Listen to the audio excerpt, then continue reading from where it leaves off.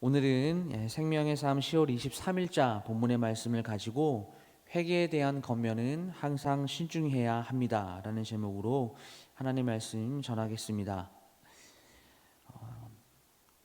제가 청년부 사역을 한 10년째 하고 있는데요, 신방을 하다 보면 원치 않는 고난을 겪는 청년들이 너무나 많이 있는 것을 발견합니다.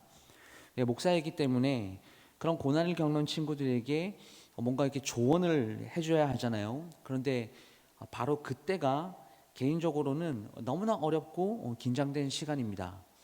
지금이야 수많은 청년들을 만나면서 또 신방하면서 그 다양한 그 어려움들의 그 케이스를 많이 경험을 했으니까, 저도 이게 통계적으로 많이 쌓여 있는 데이터들이 있으니까 어렵지 않게 그들의 상황에 맞게 조언을 해주고 함께 기도하는 일이 익숙해졌지만, 교육전도사로서 처음 사역할 때는 이 어려움을 겪고 있는 청년들의 마음을 참 아프게 하는 경우들을 제가 많이 이렇게 유발했던 것 같습니다. 예를 들면 이런 겁니다.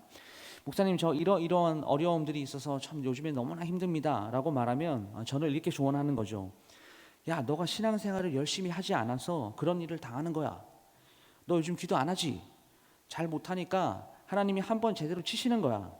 그러니까 예배 빠지지 말고 목숨 걸고 잘 나오라고, 이런 식으로 이야기를 했습니다. 여러분, 이게 맞는 말이긴 하잖아요.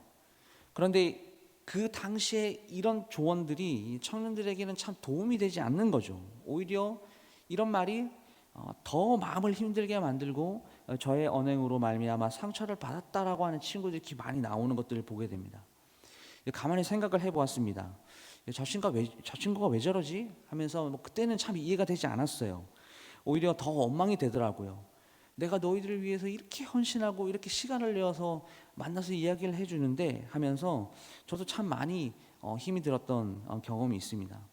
근데 그때는 이해가 참 되지 않았던 것들이요, 한 몇 년 이렇게 청년부 사역을 계속 하면서 이해가 되는 지점이 다 오더라고요.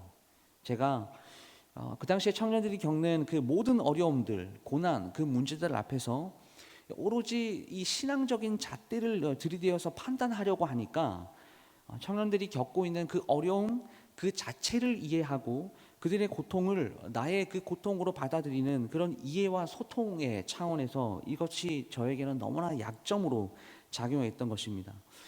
지금 생각해 보면 왜 이렇게 청년들을 위로하고 격려하는 것에 참 인색했을까라는 생각들을 해보게 돼요. 여러분들이 만약 누군가에게 참 어렵게 개인적으로 어려운 이야기를 했습니다. 그런데 상대방이요, 회개하세요, 신앙생활 제대로 하셔야 돼요, 하나님을 잘 안 섬겨서 하나님이 치시는 겁니다, 이렇게 조언을 했다면 기분이 어떠실 것 같습니까? 뭔가 이야기가 다 맞는 이야기인 것 같은데 기분은 썩 좋지는 않을 거예요. 어쩌면 다시는 내가 이 성도님을 만나지 않으리라, 이런 생각이 들 수도 있을 것이라고 생각됩니다. 오늘 함께 읽은 본문의 말씀을 보면요, 이것과 동일한 일이 오늘도 벌어지고 있음을 알 수 있습니다. 본문은 욥의 질문에 대한 이 소발의 대화를 기록을 하고 있는데, 이유 없이 고난을 당하고 있는 욥을 향해서 오늘 소발이 어떠한 이야기를 하고 있는가, 이렇게 이야기하고 있어요. 허망한 사람은 지혜가 없다. 그러니 너는 마음을 정하고 손을 들고 모든 죄악을 회개해라. 그러면 하나님께서 문제를 해결해 주시고 평안하게 해주실 것이다. 이런 이야기를 하고 있습니다. 그런데 소발의 이러한 대답에는 어떠한 생각이 전제가 되어 있을까요? 욥이 지금 이렇게 고난을 당하고 있는 이유가 너가 하나님께 잘못했기 때문에, 죄를 지었기 때문에 이렇게 생각을 하고 있는 것입니다. 그래서 죄를 회개하고 하나님께 온전히 나아가야 하나님께서 문제를 해결해 주실 것이다 라고 하는 이야기죠. 여러분, 오늘 소발의 말은요, 그 자체로 사실 틀린 말은 아닙니다. 우리가 신앙을 되돌아볼 때, 뭔가 어려움을 당할 때에 내가 뭔가 잘못했나? 그래서 하나님께서 나에게 이러한 어려움들을 주시는 건 아닌가? 이렇게 생각할 때가 있지 않습니까? 그러니 사실 소발의 말은 틀린 말은 아닙니다. 그런데 또한 우리가 한번 생각을 해보면, 동시에 어려움을 겪고 있는, 고난 가운데 처해 있는, 고통 가운데 있는 성도들에게 이렇게 단호하게 할 이야기 또한 아니다라고 하는 것이죠. 지금 욥이 당하고 있는 상황에 비추어 보면 결론은 소발의 대답은 그 상황에 맞지 않는 대답이고 단순히 타인을 말씀의 잣대를 들이대어서 판단하고 정죄하고 있는 것으로 보인단 말이죠. 생각해 보십시오. 오늘 이 본문의 상황과 같은 일들이 교회 안에서도 얼마나 많이 벌어지고 있습니까?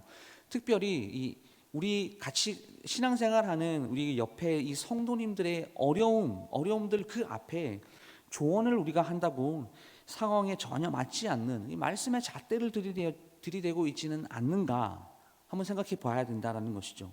근데 그 말이 틀린 말은 아니다 말이죠. 맞는 말이긴 한데 모든 상황에 적절한 말씀은 아니다라고 하는 것입니다. 말씀을 마무리하겠습니다.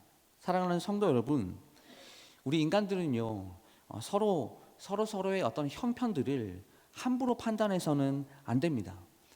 누가 감히 우리가 겪고 있는 이 슬픔과 재난을 함부로 비판하고 함부로 판단할 수 있겠습니까?